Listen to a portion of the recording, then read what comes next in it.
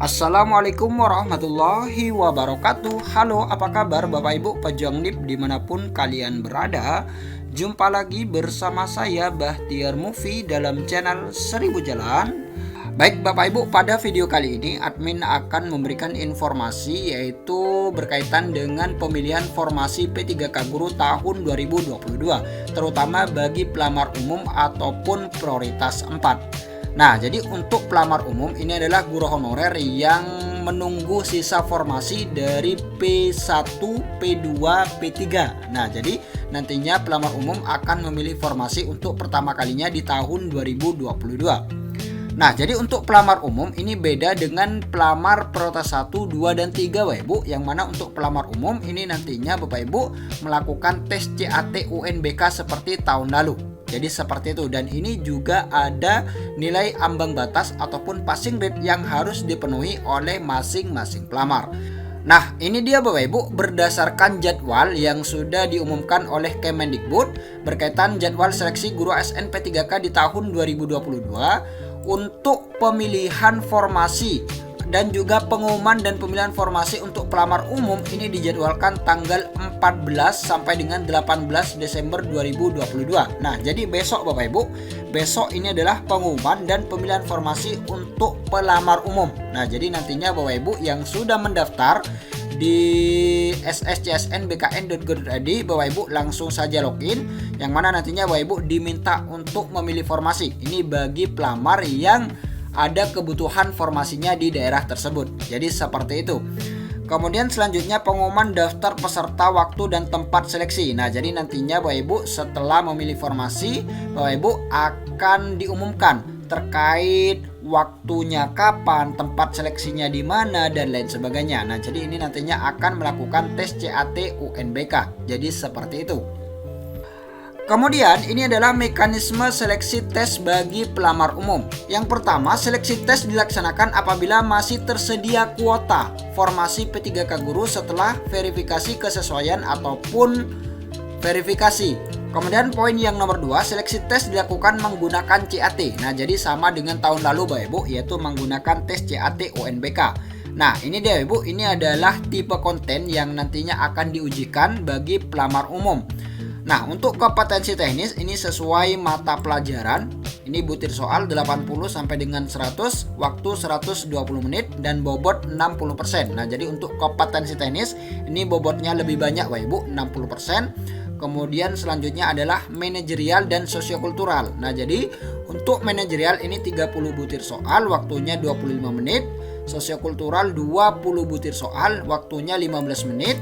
Kemudian pertanyaan wawancara ini dijawab secara tertulis. Ini 10 soal, waktu 10 menit. Nah, jadi bobot untuk manajerial, sosiokultural, dan wawancara ini adalah 40%. Selanjutnya, jika di instansi Bapak Ibu ini ada formasi, maka selanjutnya Bapak Ibu diminta untuk mengisi formasi. Nah, pada tahap ketiga, pada tahapan 3 mendaftar formasi, pelamar diminta untuk melengkapi data pendidikan, lokasi, jabatan yang akan dilamar. Setelah data terisi, pelamar mengisikan kode CAPTCHA lalu memilih tombol selanjutnya. Nah, ini dia Bapak Ibu. Jadi Bapak Ibu di sini diminta untuk memilih instansi yang ingin dilamar. Nah, contohnya seperti ini.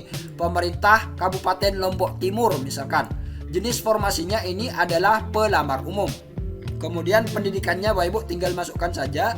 Misalkan sebagai guru kelas, jadi Bapak Ibu masukkan S1 PGSD. Kemudian nomor ijazah, tahun lulus, tanggal ijazah, nama PT atau sekolah, nama universitas. Kemudian Bapak Ibu masukkan kode CAPTCHA yang tertera, dan selanjutnya Bapak Ibu klik yang selanjutnya. Kemudian selanjutnya pelamar umum akan diarahkan ke pengisian riwayat. Silahkan lengkapi isian riwayat dengan benar. Nah, jadi Bapak Ibu tinggal isikan saja riwayat di sini. Nah, di sini ada deskripsi diri. Kemudian di sini juga ada riwayat pendidikan. Bapak Ibu tinggal isikan saja riwayat pendidikan. Bapak Ibu tinggal klik di sini, ubah, tambah pendidikan, dan juga Bapak Ibu bisa mengubah pendidikan jika ada beberapa data yang salah. Kemudian Bapak Ibu juga diminta untuk menambahkan pengalaman kerja, kemudian pengalaman organisasi jika ada, pengalaman kursus atau latihan jika ada, dan pengalaman pengembangan profesi jika ada. Dan jika sudah diisi semua, maka Bapak Ibu langsung saja klik yang selanjutnya. Nah, ini contoh untuk yang pendidikan Bapak Ibu. Untuk contoh yang pendidikan, jika Bapak Ibu menambah pendidikan. Nah, Bapak Ibu tinggal masukkan saja nama sekolah atau PT-nya, tahun masuk, tahun lulus, akreditasi, tempatnya, kemudian nomor ijazah, tanggal ijazah, dan pejabat penandatanganan. Kemudian Bapak Ibu klik yang simpan. Kemudian selanjutnya setelah pengisian riwayat selesai, maka Bapak Ibu akan diarahkan ke unggah dokumen. Nah, ini deh Bapak Ibu. Bapak Ibu diminta untuk mengunggah dokumen. Ini bagi pelamar umum. Nah, di unggah dokumen ini sudah ada ketentuannya Bapak Ibu. Sudah ada ketentuannya, format JPG atau PDF dan ukuran maksimal berapa. Nah, di sini sudah jelas Bapak Ibu, tinggal sesuaikan saja dengan akun di portal sscsn.bkn.go.id. Nah, yang diunggah ini adalah kartu tanda penduduk atau KTP. Nah, ukuran maksimal ini 500 KB, formatnya JPG Bapak Ibu, ini wajib. Kemudian scan ijazah asli, ini ukuran 1000 KB maksimal, dan ini format PDF wajib. Bapak Ibu tinggal unggah saja di bagian ini, dan jika sudah terunggah maka akan tampil seperti ini Bapak Ibu, lihat. Nah, jadi ini berarti Bapak Ibu sudah berhasil mengunggah. Kemudian scan transkrip nilai asli, kemudian pas foto berlatar belakang warna merah. Bapak Ibu juga tinggal unggah di kolom yang tersedia. Kemudian sertifikat pendidik bagi yang memiliki. Nah, jadi ini tidak wajib Bapak Ibu untuk subdik, diunggah bagi yang memiliki saja.